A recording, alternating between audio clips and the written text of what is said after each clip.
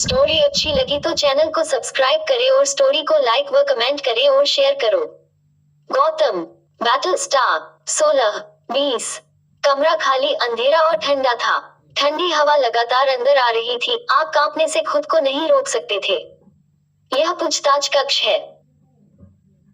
फिर भी रवि के चेहरे पर जिज्ञासा की झलक थी क्योंकि वह कमरे के चारों ओर देख रहा था। उन्होंने मुझे इस अंधेरे कमरे में फेंक दिया और एसी को इतनी उच्च सेटिंग पर सेट कर दिया। क्या वे कोई मनोवैज्ञानिक युद्ध करने की कोशिश कर रहे हैं? पूछताछ शुरू होने से पहले ही रवि पहले ही जीत चुका था। रवि, जो पहले से ही संभावित लड़ाकू परीक्षा पास कर चुका है, पुलिस की किसी भी चाल से नहीं डरता है। सुरक्षा कक्ष के बाहर कुछ पुलिसकर्मी अपने सुरक्षा कैमरों के माध्यम से कमरे के अंदर देख रहे थे। युवा महिला अधिकारियों में से एक ने आश्चर्य व्यक्त किया। प्रमुख, यह युवक कैसे कुछ भी महसूस नहीं कर रहा है? आमतौर पर जब कोई पूछताछ कक्ष में प्रवेश करता है और आधे घंटे तक वहां रहता है, तो वे अपनी चिंताओं के कारण घबराने लगते हैं। उसे कम मत समझो। उसका प्रोफाइल बताता है कि वह डोजो का एक कुलीन सदस्य है और उसने 4 कुलीन सदस्यों को घायल भी कर दिया। गंजा अधेड़ अधिकारी हंसा। एक ने 4 को नुकसान पहुंचाया। यदि वह इतना मजबूत है, तो क्या यह संभव है कि वह एक संभावित लड़ाकू हो? अगर वह है, तो यह एक समस्या होगी, युवा पुरुष अधिकारियों में से एक ने कहा। वह एक संभावित लड़ाकू नहीं है, उसका प्रोफाइल यह स्पष्ट रूप से कहता है। गंजे अधेड़ अधिकारी ने कहा, चलो मनोज, मेरे साथ आओ और उससे थोड़ी देर पूछताछ करें। हाँ प्रमुख। ... पूछताछ कक्ष के अंदर रवि आधे घंटे से अधिक समय से इंतजार कर रहा है। तुम यहाँ हो? रवि मुस्कुराया क्योंकि उसने 2 पुलिसकर्मियों को प्रवेश करते देखा। गंजा अधेड़ अधिकारी चौंक गया। यह युवक अप्रत्याशित रूप से शांत था। वह दूसरे युवा अधिकारी के साथ आया और पूछताछ डेस्क के सामने बैठ गया।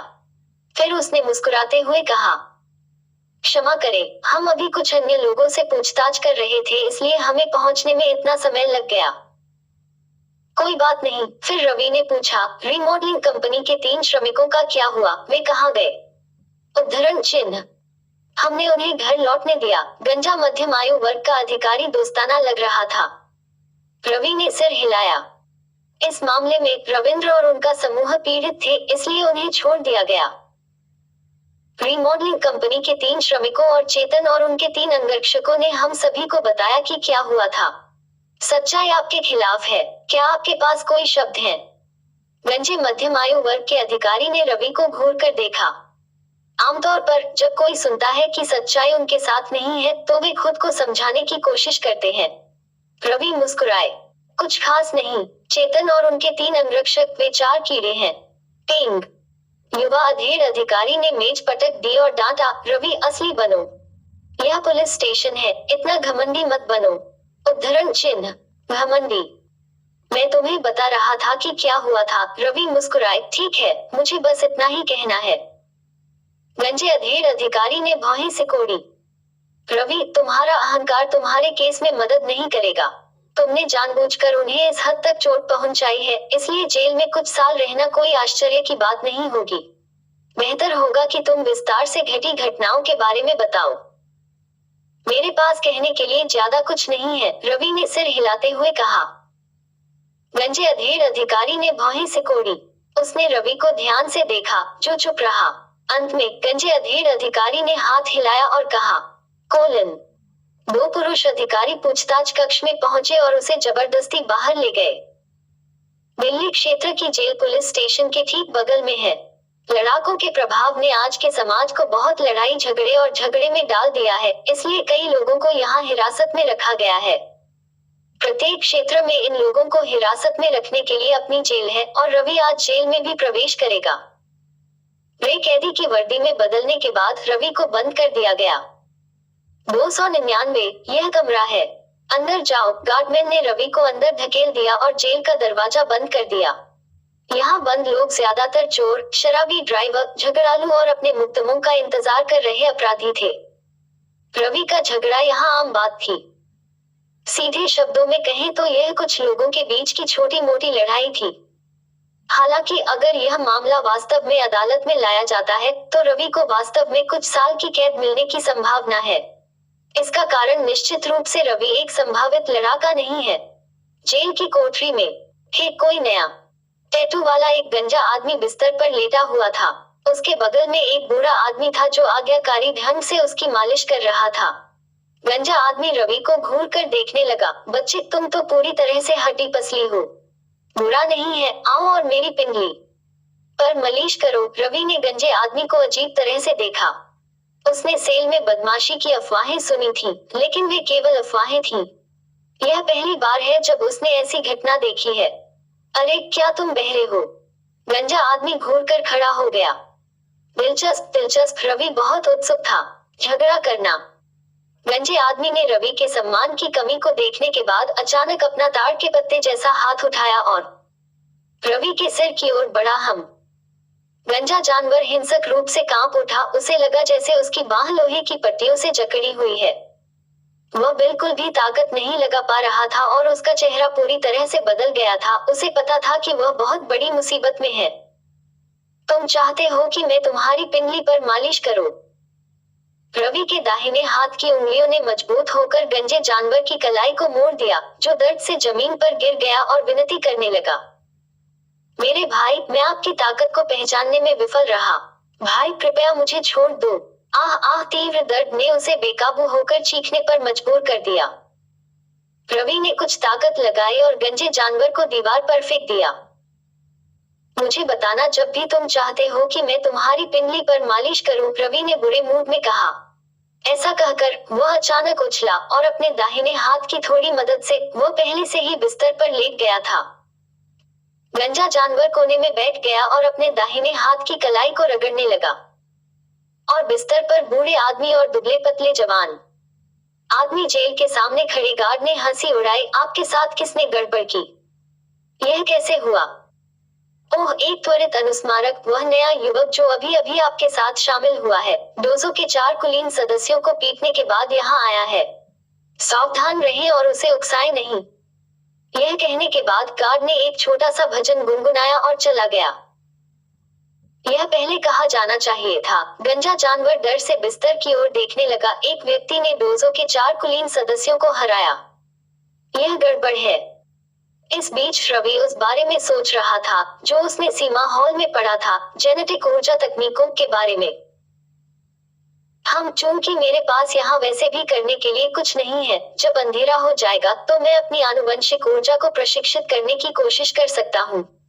उद्धरण चिन्ह। लड़ाके अपनी अजेय ताकत के लिए आनुवंशिक ऊर्जा पर भरोसा करते हैं। जब रवि अपने सेल में दिल्ली क्षेत्र के पुलिस स्टेशन के पास एक केटीवी के एक कमरे के अंदर अपनी आनुवंशिक ऊर्जा प्रशिक्षण की योजना बना रहा था, 2 युवक एक युवतियों के साथ छेड़खानी कर रहे थे। उनमें से एक गाना गाते समय चीखा और चिल्लाया, और वह युवक वास्तव में चेतन था। ठीक है, अब तुम दोनों जा सकते हो, चेतन ने अपना हाथ लहराया। कमरे में केवल चेतन और एक अन्य किशोर बचे थे जो चश्मा पहने हुए थे। भाई राजन, मैंने आपसे यहाँ एक एहसान मांगा था, चेतन बोला। अगर आपके पास मांगने के लिए कुछ है तो पीछे न हटे, चश्मा पहने किशोर हंसा। अगर मैं मदद कर सकता हूँ तो मैं निश्चित रूप से तुरंत ऐसा करूंगा। यह इस तरह है, रवि नाम का कोई व्यक्ति है। यह व्यक्ति अब जेल में बंद है, इसलिए मैं भाई राजन से कहना चाहता हूँ कि वह गार्डमैन से बचकर निकल जाए और रवि को सबक सिखाए। ओह, कोई बात नहीं। हालांकि मुझे गार्डमैन के सहयोग के लिए पैसे चाहिए। चश्मा पहने हुए किशोर ने अपनी भौं सिकोड़ ली। पैसे की कोई समस्या नहीं है, मेरे पास यही 1 लाख है। कार्य पूरा होने के बाद मैं 1 और लाख दूंगा। चेतन ने तुरंत अपना बटुआ किशोर की ओर फेंक दिया। हाँ, बहुत बढ़िया। चश्मा पहने किशोर ने बटुए की ओर देखा भी नहीं और सिर हिला दिया। 2 लाख। हम उसके साथ कुछ भी कर सकते हैं जब तक हम उसे मार नहीं देते। बताओ, हम उसे कैसे पीटे? उद्धरण चिन्ह। उसकी एक टांग और एक हाथ तोड़ दो। चेतन ने अपने दांत भींच लिए। जरूर, यह आसान है, चश्मा पहने किशोर ने तुरंत सिर हिला दिया। चेतन ने याद दिलाया, भाई राजन, यह रवि एक आसान लक्ष्य नहीं है। उसने मुझे और मेरे 3 अंगरक्षकों को हराया। कोई चिंता नहीं, चश्मा पहने हुए किशोर ने आत्मविश्वास से हंसते हुए कहा, आप मुझ पर 1000 और 200 दिलों का भरोसा रख सकते हैं और अच्छी खबर का इंतजार कर सकते हैं। गौतम। एपिसोड 17। गहरी रात हो चुकी थी। आज के आसमान में चांद और तारे दिखाई नहीं दे रहे थे, इसलिए रवि जिस सेल में रहता था वह पूरी तरह से अंधेरा था। सेल के बाहर सिर्फ सड़कों पर ही थोड़ी रोशनी थी। पूरे सेल में खर्राटे गूंजते रहे, जिससे पता चला कि लगभग हर कोई गहरी नींद में था। अचानक बाएं बिस्तर पर रवि, जो मूल रूप से आराम में लेटा हुआ था, बैठ गया। उसके पैर क्रॉस किए हुए थे और उसके तलवे आगे की ओर थे। उसके हाथ उसके पैरों पर टिके हुए थे और उसकी पीठ बिल्कुल सीधी थी। मैंने लिमिट हॉल में जो लेख देखा, उसके अनुसार पृथ्वी पर केवल एक प्रकार की आनुवंशिक ऊर्जा प्रशिक्षण है, वुशन प्रशिक्षण। एक बार जब कोई लड़ाकू के शारीरिक फिटनेस स्तर पर पहुंच जाता है, तो वे आमतौर पर अपनी आनुवंशिक ऊर्जा प्रशिक्षण तुरंत शुरू करने में सक्षम होते हैं। लेख के अनुसार यह ऊर्जा पृथ्वी के चारों ओर फैली हुई है। यहाँ तक कि ब्रह्मांड के तारों में भी यह ऊर्जा है। हालांकि अधिकांश लोग ऊर्जा की उपस्थिति का पता नहीं लगा सकते हैं। जब तक मैं भावना कर सकता हूँ, उन्हें अवशोषित करना आसान होगा। प्रतिभाशाली लोग प्रशिक्षण के अपने पहले दिन से ऊर्जा को महसूस कर सकते हैं। कम प्रतिभाशाली सेनानियों को ऊर्जा को महसूस करने में 1.5 साल तक का समय लगता है। रवि ने अपनी सांस को समायोजित किया और वुशन तकनीक की स्थिति को बनाए रखा। वुशन का अर्थ है 2 तलवे, 2 हथेलियां और सिर में मुख्य धमनी। वुशन का मतलब है 5 दिल। सांस ले। रवि की सांस धीरे धीरे स्थिर हो गई। जैसे ही उन्होंने खुद को स्थिर किया, रवि महसूस कर सकता था कि उनका दिल शांत हो रहा है। मुझे अपने दिल को शांत करना है, अपने दिल को दर्पण के प्रतिबिंब में एक झील की तरह शांत करना है। रवि का आत्म नियंत्रण अच्छा था, इसलिए वह धीरे धीरे खुद को शांत करने में सक्षम था, यहाँ तक उसका दिल शांत हो गया था। यह पूरी तरह से चुप था। उसकी सांस मुश्किल से सुनी जा सकती थी। 1 मिनट, 2 मिनट, 30 मिनट, 1 घंटा। रवि ने अचानक अपनी आंखें खोली। यह तथाकथित ऊर्जा कहाँ है? मैं इसे कैसे महसूस नहीं कर सकता? मेरा दिल और शरीर अभी बहुत शांत होना चाहिए था। हो सकता है, जैसा लेख में कहा गया है, एक प्रतिभाशाली व्यक्ति पहले दिन सफल हो सकता है, लेकिन एक प्रतिभाहीन व्यक्ति को ऊर्जा को महसूस करने में 1.5 साल लग जाएंगे। मैं फिर से कोशिश करूंगा। रवि ने अपनी आंखें बंद कर लीं और लेख में वर्णित ऊर्जा को महसूस करने की कोशिश की। शांत शांत। रवि ने देखा है कि आनुवंशिक ऊर्जा प्रशिक्षण का पहला चरण, भावना, बहुत कठिन है। मैं आखिरी बार कोशिश करूंगा। अगर मैं सफल नहीं हुआ तो मैं कल रात तक इंतजार करूंगा। मुझे उम्मीद है कि मैं सफल हो जाऊंगा। रवि ने अपने दिल में उम्मीद जताई, अपनी आंखें बंद की और ऊर्जा को महसूस करने के लिए खुद को फिर से शांत करना शुरू कर दिया। समय धीरे धीरे बीतता गया। 10 मिनट, 30 मिनट, 50 मिनट, 1 घंटा और 20 मिनट। यह अभी भी काम क्यों नहीं कर रहा है? उद्धरण चिन्ह। अपनी लगभग ध्यान की स्थिति में रवि के विचार भी धीमे पड़ने लगे। धीरे धीरे इस लगभग ध्यान की स्थिति में रवि के दिल की गहराइयों में थोड़ी उम्मीद थी, ऊर्जा को महसूस करने की उम्मीद। हालांकि जैसे जैसे समय बीतता गया, रवि को नींद आने लगी। एक सामान्य व्यक्ति जो कुछ भी नहीं सोचता और देर रात को आधे घंटे के लिए अपनी आंखें बंद कर लेता है, वह सो जाएगा, और रवि 3 घंटे से ऐसा कर रहा था। सोने के बारे में रवि ऊर्जा को महसूस करने की कोशिश करना भूल गया। बहुत आरामदायक। रवि, जो सो रहा था, ने महसूस किया कि एक हल्की ऊर्जा उसके तलवों, हथेलियों और उसके सिर की प्रमुख धमनी से गुजरी। एक धीमी स्थिर दर पर यह उसके शरीर में प्रवेश कर गई। यह क्या है? रवि अभी भी आधा सो रहा था। यह ऊर्जा है। विस्मयादिबोधक चिन्ह, विस्मयादिबोधक चिन्ह। रवि अचानक जाग गया और उसने अपनी आंखें खोली। जो भावना उससे पहले हुई थी, वो तुरंत गायब हो गई। रवि ने कभी नहीं सोचा था कि जब वह सोने वाला था, तो वह ऊर्जा को महसूस कर पाएगा। मैंने इसे महसूस किया, मैंने इसे महसूस किया। यह वह ऊर्जा होनी चाहिए जिसकी मुझे तलाश थी। रवि अंदर से बेहद खुश था। लेख के अनुसार एक बार जब आप संभावित लड़ाकू परीक्षण पास कर लेते हैं, तो कई लोग अपनी आनुवंशिक ऊर्जा प्रशिक्षण शुरू कर सकते हैं। भले ही आप इसे सचेत रूप से महसूस न करें, आपका शरीर धीरे धीरे अनजाने में इसे अवशोषित कर लेता है। रवि जानता था कि अभी जो भावना हो रही थी उसका मतलब था कि वह ऊर्जा को अवशोषित कर रहा था। हालांकि इस तरह की अवशोषण गति बहुत धीमी थी। यह उस तरह की भावना है। रवि ने अपनी आंखें बंद कर ली और इसे फिर से महसूस करने की कोशिश की। उसने अपनी सांसों को स्थिर किया और अपने दिल को शांत किया। उसकी चेतना उसके पैरों के तलवों, हाथों की हथेलियों और सिर की धमनी पर केंद्रित थी। उसने उस ऊर्जा को महसूस करने की कोशिश की जिसे उसने अभी महसूस किया था। उसे लगा कि उसने ऊर्जा को महसूस किया है, लेकिन साथ ही उसे लगा कि उसने महसूस नहीं किया। धीरे धीरे यह एहसास स्पष्ट और स्पष्ट होता जा रहा था। यह यही है। सांस जैसी एक बहुत छोटी चीज धीरे धीरे तैर रही थी। जब यह रवि के तलवों के पास पहुंची तो यह धीरे धीरे अंदर चली गई। यह ऊर्जा है। रवि ने मुशिन पर ध्यान केंद्रित किया और उसने ऊर्जाओं को अवशोषित करने पर ध्यान केंद्रित किया। स्वाभाविक रूप से जिस गति से उसके तलवे, हथेलियां और उसके सिर की धमनी ऊर्जा को अवशोषित करती है, वह बढ़ गई। यह तुरंत 100 गुना गति के करीब पहुंच गई। अगर हम कहें कि ऊर्जाएं शुरुआत में पानी के पाइप में दरार से पानी की कुछ बूंदों की तरह रिसती हैं, तो अब दरार बड़ी है और एक छोटी नदी की तरह ऊर्जाएं लगातार रवि के शरीर में बह रही हैं। आह! इस एहसास ने उसे हड्डियों तक कांपने पर मजबूर कर दिया। आकारहीन, रंगहीन ऊर्जा रवि के शरीर में प्रवेश कर गई। भूखी और प्यासी कोशिकाओं ने पागलों की तरह उस ऊर्जा को निगल लिया जो 5 अलग अलग रास्तों से आ रही थी। कोशिका के अंदर जैसे ही ऊर्जा कोशिकाओं में प्रवेश करती है, यह तेजी से माइटोकॉन्ड्रिया द्वारा अवशोषित हो जाती है और उसी समय एक अजीब ऊर्जा को बाहर निकालती है। यह ऊर्जा कोशिका द्वारा अवशोषित कर ली जाती है, जिससे धरती को हिला देने वाले परिवर्तन होने लगते हैं। डीएनए ब्लूप्रिंट भी थोड़ा बदलने लगे थे और कोशिका 1 से 2 में विभाजित होने लगी थी। समय धीरे धीरे बीतता गया। रवि का शरीर बदलता रहा, चाहे वह त्वचा की सतह हो, मांसपेशियां, हड्डियां और यहाँ तक कि हर एक कोशिका की परतें, शरीर का हर हिस्सा बदल गया है। यह परिवर्तन जीवन का विकास है, जीवन के जीन का संवर्धन है, जो सबसे तेज ताकत बढ़ाने का समय भी है। रवि ने अपने फिटनेस स्तर को बदलते हुए महसूस किया। पृथ्वी और पूरे ब्रह्मांड में ऊर्जा की एक अनंत मात्रा है। रवि ने अभी जो मात्रा अवशोषित की है वह नगण्य है। हालांकि रवि के लिए यह उसकी ताकत में अब तक की सबसे बड़ी छलांग है।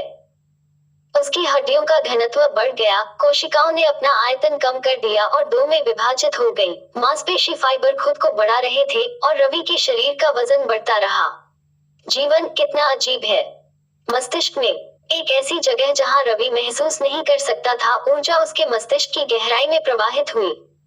जन्म से लेकर अब तक उसके मस्तिष्क की गहराई में 3 झटकों ने 3 कोमा का कारण बना। और आज रात भारी मात्रा में ऊर्जा प्रवाहित हो रही थी। हालांकि यह परिवर्तन अन्य 3 बार से अलग था, यह अधिक धुंधला था। दिन डोंग भोर, सूरज अभी अभी उगा था, लगभग 5 या 6 बजे। जेल की सभी घंटियां बज रही थीं। प्रत्येक कैदी जागने लगा। रवि, जो थोड़ी देर के लिए पालथी मारकर बैठा था, ने आखिरकार अपनी आंखें खोली और मुस्कुराया। वास्तव में यह सबसे अधिक ऊर्जा है जिसे मैं एक समय में अवशोषित कर पाऊंगा। मैंने लगभग 2 घंटे तक अवशोषित किया जब तक कि मेरा शरीर भर नहीं गया। रवि महसूस कर सकता था कि उसके पास पहले की तुलना में बहुत अधिक शक्ति थी। पिछली रात के बाद मुझे लगता है कि मेरी फिटनेस का स्तर मेरी परीक्षा के दौरान कोमा से भी ज्यादा बढ़ गया है। रवि ने खुद से सोचा, मेरी मुट्ठी की ताकत अब शायद 1500 किलोग्राम के आसपास होगी, शायद इससे भी ज्यादा। केवल परीक्षण ही बता सकते थे कि उसकी ताकत वास्तव में कितनी बड़ी। रवि अपने बिस्तर से कूद गया, अपने दांत ब्रश किए और नाश्ते की तैयारी में अपना चेहरा धोया। इस समय दालान में 3 वर्दी पहने कैदी रवि की कोठरी की ओर चले गए। उनमें से एक चिल्लाया, गंजे, मैंने सुना है कि एक बेहद कुशल व्यक्ति आपके सेल में आया है, जिसने अकेले ही 4 कुलीन सदस्यों को हराया है। भाई राजेंद्र, वह निश्चित रूप से कठिन है। रवि की कोठरी में गंजा क्रूर हंसा और सिर हिलाया। ओह! तीनों कैदियों ने नजरों का आदान प्रदान किया और उनमें से एक ने धीमी आवाज में कहा, कोई गलती नहीं है, सेल नंबर, उम्र और ताकत सभी सही है। भाई राजन उसके बारे में बात कर रहे थे। गौतम। एपिसोड 18 जेल में। नाश्ता करने के बाद कैदी एक एक करके अपने सेल में लौटने लगे। दक्षिणी दालान में बाईं ओर से तीसरे सेल में 4 कैदी अपने बिस्तर पर चुपचाप लेटे थे। एक मोटे ने धीमी आवाज में कहा, बड़े भाई, मैंने नाश्ते के दौरान बॉस ली से बात की और उन्होंने सहमति में सिर हिलाया। हम अपने 3 पेशेवरों को भेजेंगे। बॉस ली के 2 गोरिल्ला के साथ हमारे पास 5 आदमी होंगे। इसके साथ रवि कोई समस्या नहीं होनी चाहिए। फेटी, मैंने सुना है कि रवि अकेले ही 4 कुलीन सदस्यों को हरा सकता है। वह काफी मजबूत है। काले कुत्ते के आकार में टैटू वाले एक हृष्ट पुष्ट आदमी ने धीरे से कहा। काले कुत्ते, मोटे, हमारे अलावा भाई राजन कोबरा भेज रहा है। भले ही हम सफल न हो, कोबरा निश्चित रूप से करेगा। विशुद्ध संयोग से कोबरा भी यहाँ बंद है, एक आंख वाले व्यक्ति ने सिर हिलाया। कोबरा के साथ हम किसी भी तरह असफल नहीं हो सकते। फेटी उत्साहित हो गया। हालांकि कोबरा कैसा दिखता है? हमने उसे पहले कभी नहीं देखा। हम साथ चलेंगे। दोपहर के भोजन के बाद मैं बॉस ली के साथ बातचीत करूंगा, एक आंख वाले व्यक्ति ने धीरे से कहा। बिना किसी गलती के हम साथ चलेंगे और रात के खाने के समय कार्रवाई करेंगे। याद रखें, अपने हथियार साथ लाएं। हालांकि जिस हथियार के बारे में यह कैदी बात कर रहा था, वह सिर्फ एक टूथब्रश को तेज करने से बने छोटे ब्लेड थे। भले ही इस जेल में कुछ सख्त जांचें थीं, लेकिन इसकी तुलना बड़े पैमाने की जेल से बिल्कुल नहीं की जा सकती। हालांकि बड़े पैमाने की जेल में भी चालाक लोग लगभग हमेशा बंदूकें और गोला बारूद की तस्करी करने में सक्षम होते हैं। शाम। भाई रवि, जैसे ही वह अपने सेल से बाहर चला गया, हर कैदी जिससे वह मिला उसने आज्ञाकारी ढंग से रवि का अभिवादन किया। 4 कुलीन सदस्यों के बीच लड़ाई की रवि की कहानी कल रात चारों ओर फैल गई है। जेल में लगभग हर कोई इस युवक की ताकत जानता था। कैफेटेरिया में, इसे कैफेटेरिया कहा जाता है, लेकिन यह सिर्फ एक सीलबंद लॉबी है। लंबी, स्थिर, चांदी की मेज, लगभग 2 दर्जन ऐसी। इस जेल में सब कुछ बहुत अच्छा है, भोजन को छोड़कर। चूंकि रवि कल रात अपने आनुवंशिक ऊर्जा प्रशिक्षण में सफल रहा, वो पूरे दिन अच्छे मूड में रहा। वह काउंटर पर गया और गार्ड से एक प्लास्टिक का लंच बॉक्स प्राप्त किया, लेकिन इसके अंदर केवल कुछ मिट्टी जैसा खाना था। यह काफी प्रसिद्ध है, लेकिन हालांकि इसे कच्चा भोजन कहा जाता है, यह वास्तव में समाज का निर्विवाद सबसे खराब भोजन है। यदि आप इस कच्चे भोजन को खाते हैं तो आपको प्रतिदिन केवल 5 सेंट की आवश्यकता होगी। बस यह जानने से आपको इसके अंदर की चीजों की गुणवत्ता के बारे में काफी कुछ पता चल जाना चाहिए। एक चांदी की लॉबी, एक चांदी की मेज और एक चांदी का लंच बॉक्स। बड़ी संख्या में वर्दी पहने हुए लोग एक एक करके आए और अपने लंच बॉक्स प्राप्त किए।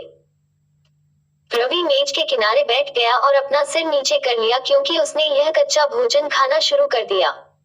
इस समय एक पतला चश्मा पहने हुए किशोर ने गाली देना शुरू कर दिया। सुअर और कुत्ते भी इससे बेहतर खाना खाते हैं। क्योंकि उसने रवि के बगल में लंच बॉक्स की सामग्री के 2 निवाले खाए। जल्दी करो, तुम हार गए, मुझे 2 सिगरेट दो। उन्होंने आलस से अंदर की ओर देखा और फिर एक दूसरे से हंसने और बात करने लगे। शीर्ष पर लगे सुरक्षा कैमरे ने लगातार सिल्वर लॉबी की सभी घटनाओं को रिकॉर्ड किया। पेंग, एक आंख वाला वहशी आदमी रवि के दाईं ओर 3 मीटर की दूरी पर एक मेज पर बैठा था। उसने रवि की ओर देखा और हंसा। आप रवि हैं? रवि ने एक आंख वाले वहशी की आंखों में देखा। आप हैं? मैं लॉन्ग हूँ, एक आंख वाला वहशी हंसते हुए मुस्कुराया। एक आंख वाला ड्रैगन, एक धीमी आवाज में कहा। एक छोटा मोटा आदमी एक आंख वाले वहशी के सामने बैठ गया। इस समय 2 वहशी उसके बगल में स्टील के टावरों की तरह बैठ गए। दोनों वहशी ने ठंडे भाव से एक आंख वाले वहशी को देखा। फिर छोटा मोटा आदमी ठंडे भाव से हंसा। जब हम कल आराम करने के लिए बाहर गए, चुप हो जाओ, एक आंख वाले जानवर ने अपनी आंखें घुमाई और उपदेश दिया। मोटेली, बेहतर होगा कि तुम इस पल मुझसे दूर हो जाओ। यदि आप मेरे साथ खिलवाड़ करते हैं तो मुझे पीछे न हटने के लिए दोष न दे। छोटे मोटे आदमी ने ठंडी निगाह से देखा और हंसा। एक आंख वाले ड्रैगन, ऐसा लगता है कि आप बात नहीं करना चाहते हैं। रवि ने किनारे पर 2 और निवाले खाए और नजर डाली। वह दिलचस्पी लेने से खुद को रोक नहीं सका। उसके दृष्टिकोण से यह स्पष्ट रूप से जेल में 2 प्रमुख शक्तियां थीं जो लड़ने वाली थीं। बकवास करो, अगर तुम अभी भी बात करना चाहते हो तो चुप हो जाओ। एक आंख वाले ड्रैगन की एकमात्र आंख घूम गई जब वह उपदेश दे रहा था। भाड़ में जाओ, हमला करो। छोटे मोटे आदमी का चेहरा भयानक था क्योंकि वह चिल्ला रहा था। तुरंत उसके बगल में, भाइयों चलो। पूरी लॉबी तुरंत अस्त व्यस्त हो गई। पिंग। कैदियों में से एक ने बेंच उठाई और कोने में लगे सुरक्षा कैमरे पर उसे जोर से पटक दिया। जब भी जेल में बड़े पैमाने पर गिरोह की लड़ाई होती है तो सबसे पहले आप कैमरा तोड़ते हैं। ठोस सबूत के बिना पुलिस स्वाभाविक रूप से केवल दोषी ठहराने के लिए कैदियों को यादृच्छिक रूप से चुन सकती है।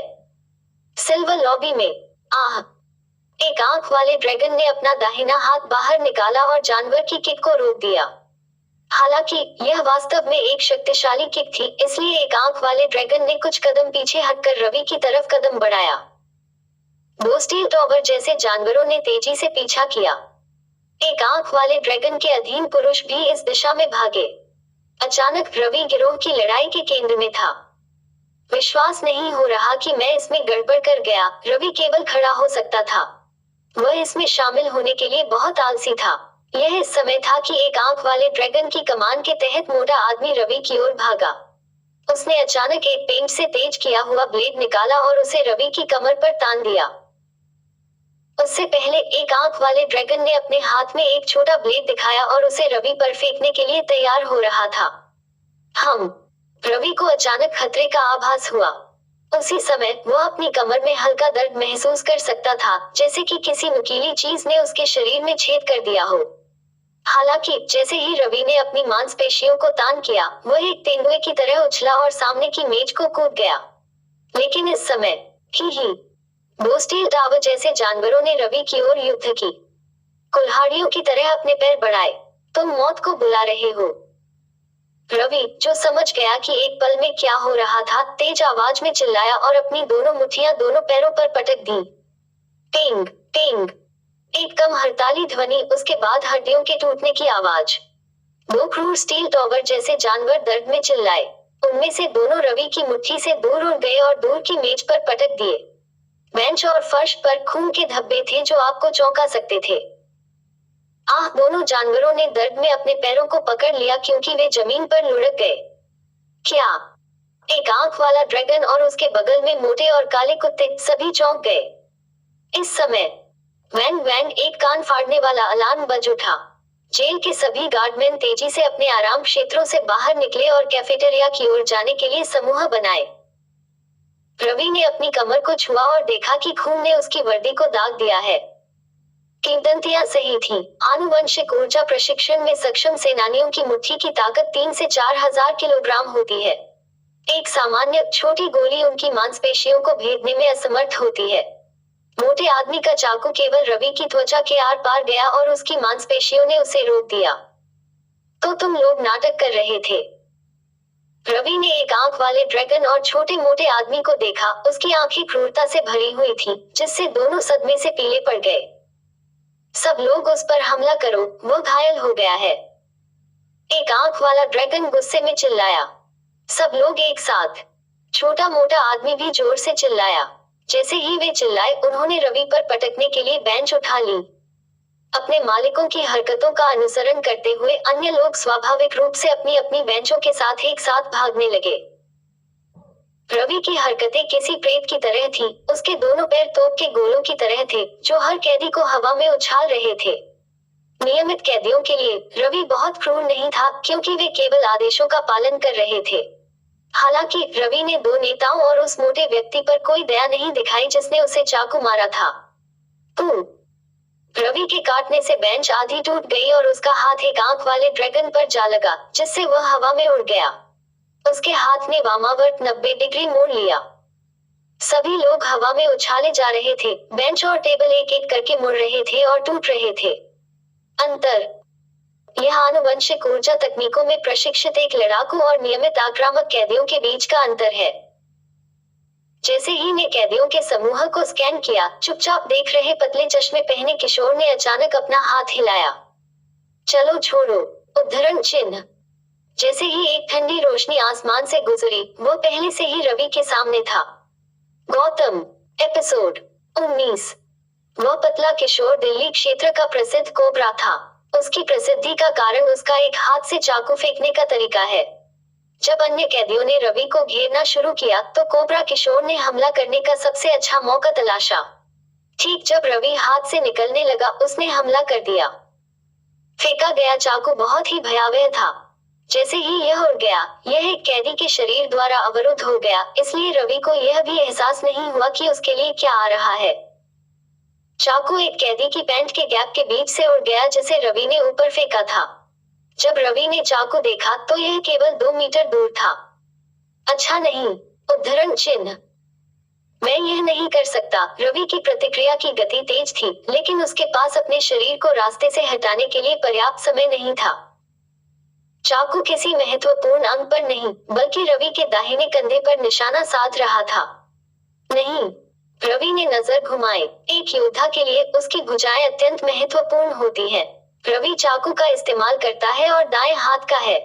अगर चाकू जोड़ को तोड़ देता है और हड्डी को विभाजित कर देता है तो वह कुछ महीनों तक जानवरों के खिलाफ अपनी तकनीकों का उपयोग नहीं कर पाएगा। दूसरे शब्दों में, अगर उसे चोट लगती है तो वह 1 अगस्त को होने वाली लड़ाकू परीक्षा में भाग नहीं ले पाएगा। उसे अगले साल की 1 फरवरी तक इंतजार करना होगा। नहीं, रास्ते से हट जाओ। विस्मयादिबोधक चिन्ह। विस्मयादिबोधक चिन्ह। उद्धरण चिन्ह। चाकू की गति और 3 मीटर की दूरी के साथ रवि के विचार परिणामों के बारे में बिल्कुल नहीं सोच रहे थे। इस सटीक सेकंड में, इस महत्वपूर्ण क्षण में, रवि की आत्मा कड़ी हो गई और उसकी सभी मांसपेशियां चरम पर पहुंच गईं। उसने चाकू को केवल एक लक्ष्य के साथ देखा। इस चाकू को चकमा दो, इस चाकू को मेरे कंधे पर मत लगने दो। तू। चाकू, जो रवि को मारने ही वाला था, अजीब और रहस्यमय तरीके से थोड़ा दिशा बदल गया। यह रवि के कंधे पर सीधा वार करने वाला था, लेकिन अब यह केवल उसे छूकर रवि की त्वचा की पहली परत को नुकसान पहुंचा। खून ने धीरे धीरे रवि की वर्दी को कंधे के क्षेत्र में रंग दिया। हर कोई अपने घुटनों पर बैठ गया। हर कोई अपने घुटनों पर बैठ गया। उद्धरण चिन्ह। जल्दी करो और नीचे उतरो। इस समय बड़ी संख्या में असॉल्ट राइफल चलाने वाले गार्ड लॉबी में पहुंचे। सभी कैदी, जो पहले नियंत्रण से बाहर थे, आज्ञाकारी रूप से घुटने टेक दिए। यहाँ तक उस दुबले पतले कोबरा किशोर ने भी घुटने टेक दिए। उसने चौंकते हुए चेहरे से रवि को देखा। यह कैसे हो सकता है? मेरा चाकू कैसे चूक गया? उद्धरण चिन्ह। पुलिस को भागते हुए देखकर रवि ने भी तुरंत घुटने टेक दिए। चाकू ने अभी दिशा कैसे बदल दी? रवि, जो घुटने टेक रहा था, भ्रमित था। हालांकि बिना किसी पूर्व चेतावनी के एक भयानक सिर दर्द प्रकट हुआ। दर्द ऐसा था मानो कोई रवि के दिमाग में कील ठोक रहा हो। दर्द के कारण रवि के पूरे शरीर में ऐंठन होने लगी और वह जमीन पर गिर पड़ा। क्या हुआ? उद्धरण चिन्ह। तुम लोग मेरे साथ आओ और देखो। पुलिस, जो पहले से ही स्थिति को नियंत्रण में कर चुकी थी, रवि के चेहरे को देखकर हैरान थी। रवि पूरी तरह से लाल हो गया था और उसे बहुत पसीना आ रहा था। पसीने की जगह थोड़ा खून भी निकल रहा था, जिससे रवि की वर्दी लगभग पूरी तरह से लाल हो गई थी। उसकी नसें रवि के चारों ओर एक नीले सांप की तरह फट रही थी, जिससे वह अभूतपूर्व रूप से घिनौना लग रहा था। अच्छा नहीं, वो पहले ही बेहोश हो चुका है। जल्दी करो और उसे मेडिकल रूम में भेजो। भले ही रवि बेहोश हो गया हो, लेकिन उसका शरीर अभी भी पूरी तरह से लाल था। रवि के दिमाग से लगातार एक विशाल रहस्यमय शक्ति उभरी और तुरंत रवि के शरीर के हर हिस्से में विलीन हो गई। इस रहस्यमय शक्ति के बपतिस्मा के तहत रवि की हड्डियों, अंगों, रक्त, मांसपेशियों और त्वचा में भारी बदलाव हो रहे थे। यहाँ तक हर कोशिका तेजी से बदल रही थी। परिवर्तन की यह दर रवि की आनुवंशिक ऊर्जा प्रशिक्षण की तुलना में सैकड़ों से हजारों गुना तेज थी। सिद्धांत रूप में इस तरह के कठोर परिवर्तन से शरीर को चीर देना चाहिए। हालांकि जैसे ही रहस्यमय शक्ति विलीन हुई, रवि के अंदरूनी हिस्से पूरी तरह से सुरक्षित थे, उसके ऐंठन, खून की कमी आदि के बावजूद। जल्दी करो, ध्यान से उसे मेडिकल रूम में भेजो। पुलिस ने रवि को मेडिकल रूम में ले जाना शुरू कर दिया। बड़े पैमाने पर गिरोह की लड़ाई के कारण हुई गंदगी को जल्दी से साफ कर दिया गया। 8 बजे भयानक 3 मंजिला जेल में पहली मंजिल पर लॉबी में 200 इंच की स्क्रीन पर एक फिल्म चल रही थी। रुको, एक मध्यम आयु वर्ग के आदमी ने पजामा पहने हुए सोफे पर बैठते हुए कहा। तुरंत चल रही फिल्म को रोक दिया गया। इस समय बाहर से खटखटाने की आवाज आई। अंदर आए, दरवाजा खुला और एक सैन्य वर्दी पहने हुए व्यक्ति ने अंदर आकर अभिवादन किया। हालांकि इसका परिणाम यह हुआ कि रवि के खिलाफ लड़ाई में बड़ी संख्या में लोग घायल हुए, कुछ को तो गंभीर घाव भी हुए। वह राजन बच्चा अपने झोल परिवार के प्रभाव का इस्तेमाल करते हुए, वह काफी घमंडी है, पायजामा पहने हुए मध्यम आयु वर्ग के व्यक्ति ने उदासीनता से कहा। भले ही राजन ने इसका आयोजन किया हो, लेकिन हमारा अनुमान है कि इसके पीछे चेतन नाम का युवक ही असली व्यक्ति है, सैन्य अधिकारी ने सम्मानपूर्वक कहा। हमने रवि की फाइलों को पलटा। उसके बंद होने का कारण चेतन से संबंधित है, इसलिए चेतन द्वारा राजन से मदद मांगने की संभावना काफी अधिक है। भारत में इस समय 6 प्रमुख शहर हैं। चूंकि मानवता पहले की तरह एक साथ एकत्र हुई है, इसलिए देश का अपने नागरिकों पर नियंत्रण बढ़ गया है। हालांकि अधिकारी गिरोह की लड़ाई के युद्ध के दृश्य की हमारी जांच धातु की बेंचों और टेबलों के निशानों से पता चलता है कि रवि की फिटनेस का स्तर निस्संदेह एक लड़ाकू के स्तर पर पहुंच गया है, सैन्य अधिकारी ने आत्मविश्वास और अनुनय के साथ कहा। जेल में सभी बेंच और टेबल धातु से बने थे। रवि की मुट्ठियों ने टेबलों को पूरी तरह से विकृत कर दिया और उसके एक वार ने बेंचों को आधा काट दिया। यह कितना भयानक है। लड़ाकू का स्तर।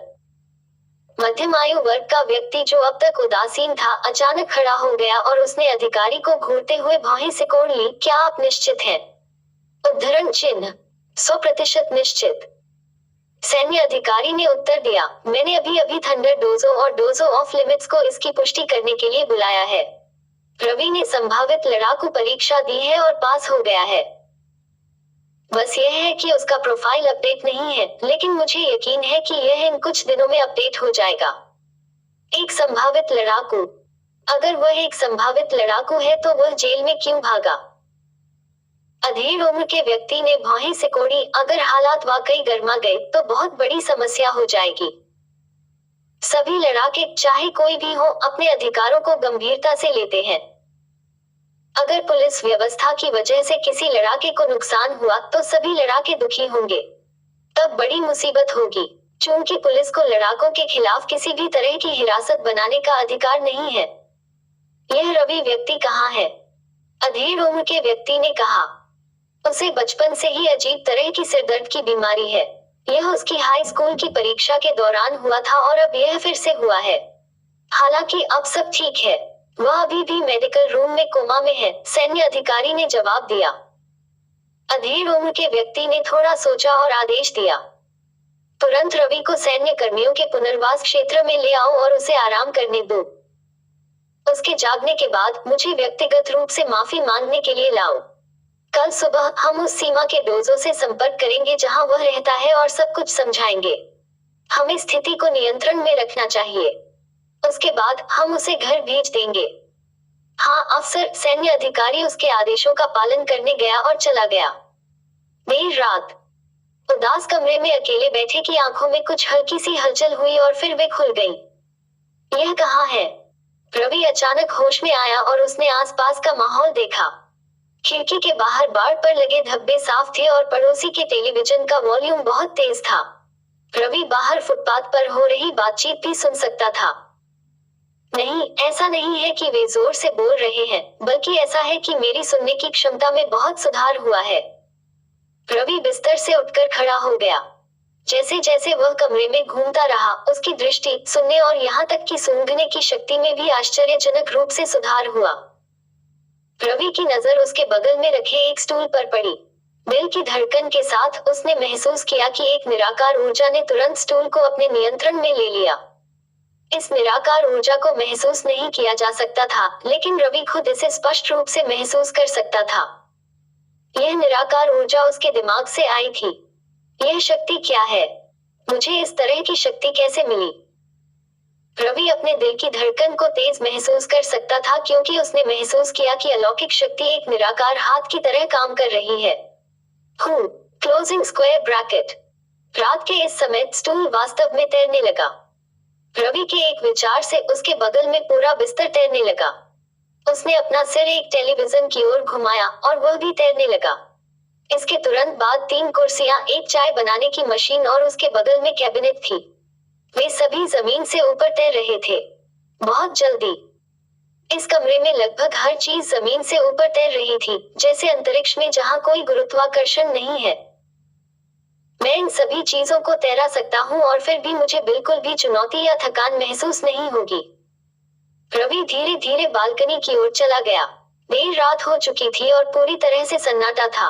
रवि की निगाहें एक बाड़ पर पड़ी और एक विचार के साथ का बाड़ के स्तंभों में से एक घूमने लगा और यह बाड़ से खुद को अलग कर लिया। स्तंभ का अगला भाग रवि की निगाह के नीचे मुड़ने और घूमने लगा और तेज हो गया। यह एक स्टील की सुई बन गई। यह सब निराकार शक्ति के साथ मध्य हवा में तैर रहा था। चलो, रवि ने सोचा।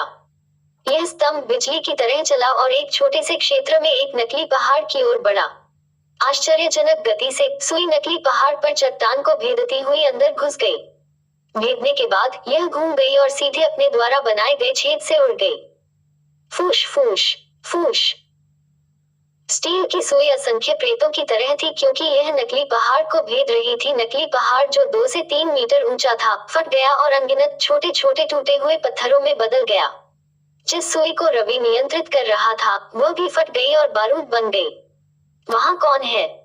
वू वू वू वू। पूरे पुनर्वास क्षेत्र के सायरन बज रहे थे। बड़ी संख्या में लाइटें जलाई गई और कई असॉल्ट राइफलधारी गार्ड वहां पहुंचे। रवि तुरंत अपने कमरे में बिस्तर पर वापस भागा, अभी भी हैरान और भयभीत। वह चट्टान जो आसानी से 2 मीटर मोटी थी, एक पल में छेद कर दी गई थी। मेरी सुई की शक्ति कवच के माध्यम से गोली चलाने वाली एक भारी पिमी स्नाइपर राइफल की तरह थी। सुई इतनी मजबूत नहीं थी कि यह नकली पहाड़ को छेदते ही बारूद में बदल गई। मैंने इसे एक ही पल में 100 बार भेद दिया। क्या यह 100 कवच भेदी गोलियां चलाने जैसा नहीं होगा? लुओ फैंग ने गहरी सांस ली। बस क्या हो रहा है? उद्धरण चिन्ह। इस नियमित सैन्य पुनर्वास क्षेत्र में वह रहस्यमय भयावह शक्ति जाग उठी है। गौतम। एपिसोड 20। उदास कमरे में कोई रोशनी नहीं जल रही थी। घोर अंधेरे में रवि सोफे पर बैठ गया। वह शांत नहीं हो पा रहा था। यह शक्ति बहुत शक्तिशाली है। एक नियमित पिस्तौल केवल उस विशाल चट्टान से एक निशान बना सकती थी। अपनी सुई से मैंने आसानी से नकली पहाड़ को नष्ट कर दिया। इसकी शक्ति आसानी से दसियों से सैकड़ों गुना अधिक मजबूत है। उद्धरण चिन्ह। मनुष्य और जानवर के बीच 2 दर्जन वर्षों से चले आ रहे युद्ध में मनुष्य जीत हासिल नहीं कर सका क्योंकि जानवर बहुत मजबूत हैं। उनके गिरोह में कमजोर और मजबूत राक्षस हैं। यहाँ तक सबसे कमजोर राक्षस भी पिस्तौल के हमलों को झटक सकते हैं। यहाँ तक सबसे कमजोर लड़ाकू भी केवल अपनी मांसपेशियों से गोली को रोक सकता है। मजबूत राक्षसों के लिए सैन्य ग्रेड के हथियार भी उन्हें नुकसान नहीं पहुंचा सकते। बेशक ब्लैक क्राउन ईगल जैसे शीर्ष राक्षस 20 मिलीमीटर फायर गॉड तोप से बमबारी का सामना करने के बाद भी एक पंख नहीं खोएंगे। यह वास्तव में भयानक है। मुझे विश्वास नहीं हो रहा है कि मेरे पास टेलीकिनेसिस है। क्या यह हो सकता है? रवि का दिल धड़क उठा। क्या यह एक आत्मा पाठक की आध्यात्मिक शक्ति हो सकती है? उद्धरण चिन्ह। रवि आत्मा पाठकों के बारे में बहुत कम जानता था। हालांकि वह कुछ बुनियादी जानकारी जानता था। आत्मा पाठक आमतौर पर शक्तिशाली योद्धा होते हैं जिन्होंने अपनी आनुवंशिक ऊर्जा को भी प्रशिक्षित किया है।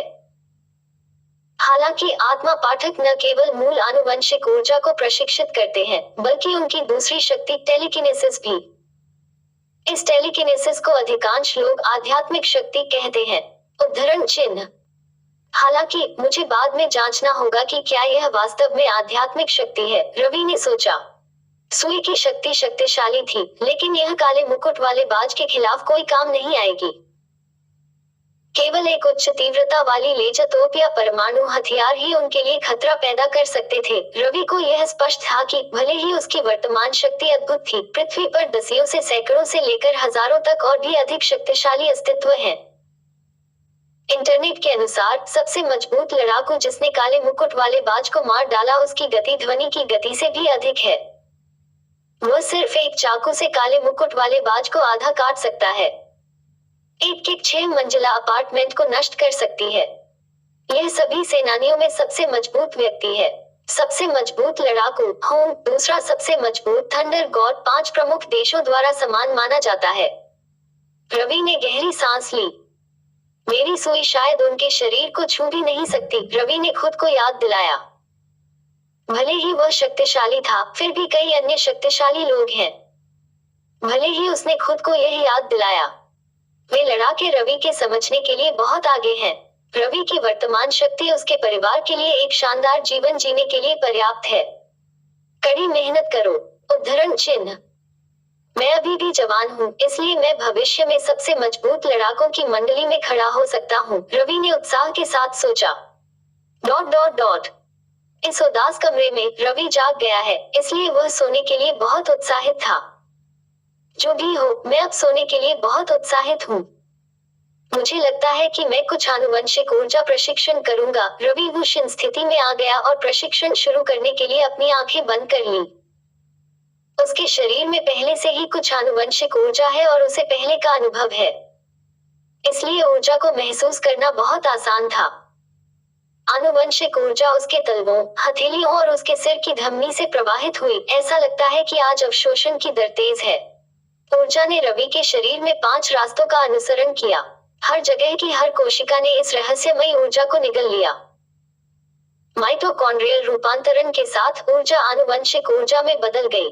एह, मेरा सिर। रवि महसूस कर सकता था कि उसके मस्तिष्क में बड़ी मात्रा में ऊर्जा प्रवाहित हुई और वहां एकत्र हो गई। Opening square bracket. होंग। आत्मा के कंपन जैसी किसी चीज के बाद रवि को आश्चर्यजनक रूप से पता चला कि उसकी चेतना एक बहुत ही रहस्यमयी जगह पर चली गई है। इस रहस्यमयी जगह की कोई सीमा या दीवार नहीं थी, यह बस कोहरे का एक अनंत विस्तार था। इस कोहरे में एक काली सुनहरी गेंद थी। यह काली सुनहरी गेंद एक तारे की तरह थी जो धीरे धीरे अपने आप घूम रही थी और कोहरे की एक धारा छोड़ रही थी। इस रहस्यमयी जगह का कोहरा बढ़ता जा रहा था। यह कोहरा आध्यात्मिक शक्ति है। रवि ने कोहरे में ऊर्जा को आसानी से महसूस किया। यह उसकी आध्यात्मिक शक्ति थी जिसका उपयोग वह चीजों को नियंत्रित करने के लिए करता था। इसके अलावा रवि ने स्पष्ट रूप से इस रहस्यमयी जगह में पारदर्शी ऊर्जा की एक धारा को रिसते हुए देखा। ऊर्जा जल्दी से कोहरे की ऊर्जा में समा गई। रवि को महसूस हो रहा था कि पारदर्शी ऊर्जा ब्रह्मांडीय ऊर्जा थी। यह कोहरा आध्यात्मिक शक्ति है और यह पारदर्शी ऊर्जा ब्रह्मांडीय ऊर्जा है। ब्रह्मांडीय ऊर्जा यहाँ खींची जाती है और आध्यात्मिक शक्ति में बदल जाती है। मेरी आध्यात्मिक शक्ति मेरे मस्तिष्क से निकलती है। रवि चौंक गया। यह जगह मेरा मस्तिष्क है, या मुझे कहना चाहिए मेरा चेतन क्षेत्र। उद्धरण चिन्ह। चेतन क्षेत्र एक विशेष उपाधि है जिसे लड़ाके मन के लिए इस्तेमाल करते हैं। मेरे चेतन क्षेत्र के बीच में एक काली सुनहरी गेंद क्यों है? रवि ने देखा कि यह काली सुनहरी गेंद लगातार अपने आप घूम रही थी और कोहरे आध्यात्मिक शक्ति को छोड़ रही थी।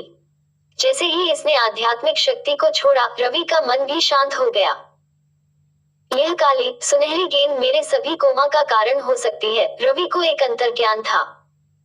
आध्यात्मिक शक्ति जारी करने वाली एक काली सुनहरी गेंद। उद्धरण चिन्ह। अतीत में मेरे पास कोई आध्यात्मिक शक्ति नहीं थी।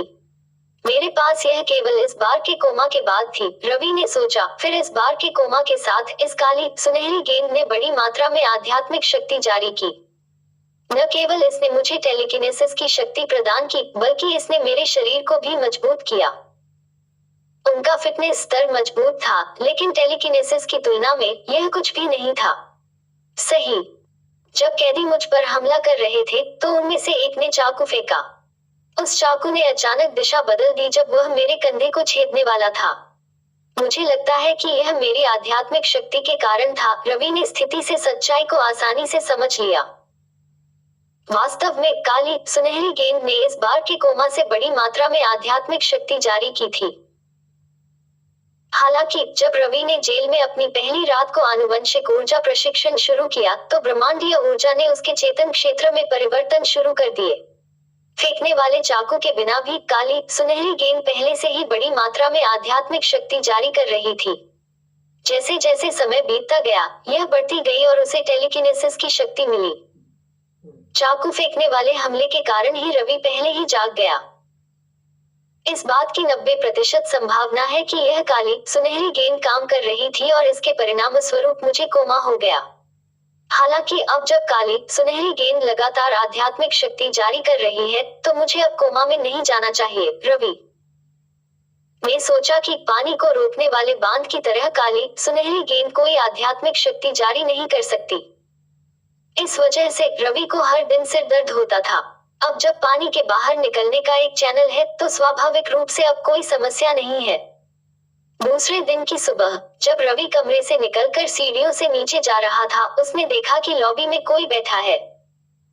सुप्रभात श्री रवि, एक सैन्य वर्दी में एक आदमी खड़ा हुआ और मुस्कुराया। नमस्ते, रवि ने संदेह से कहा, यह जगह कहाँ है, मैं यहाँ कैसे पहुंचा? इसके अलावा मुझे लगता है कि मैं आपसे पहले कभी नहीं मिला हूँ। सैन्य अधिकारी मुस्कुराया। मुझे अपना परिचय देने दे। मैं दिल्ली क्षेत्र की जेल का जेलर हूँ। यह मेरे दिल्ली क्षेत्र का सैन्य पुनर्वास क्षेत्र है।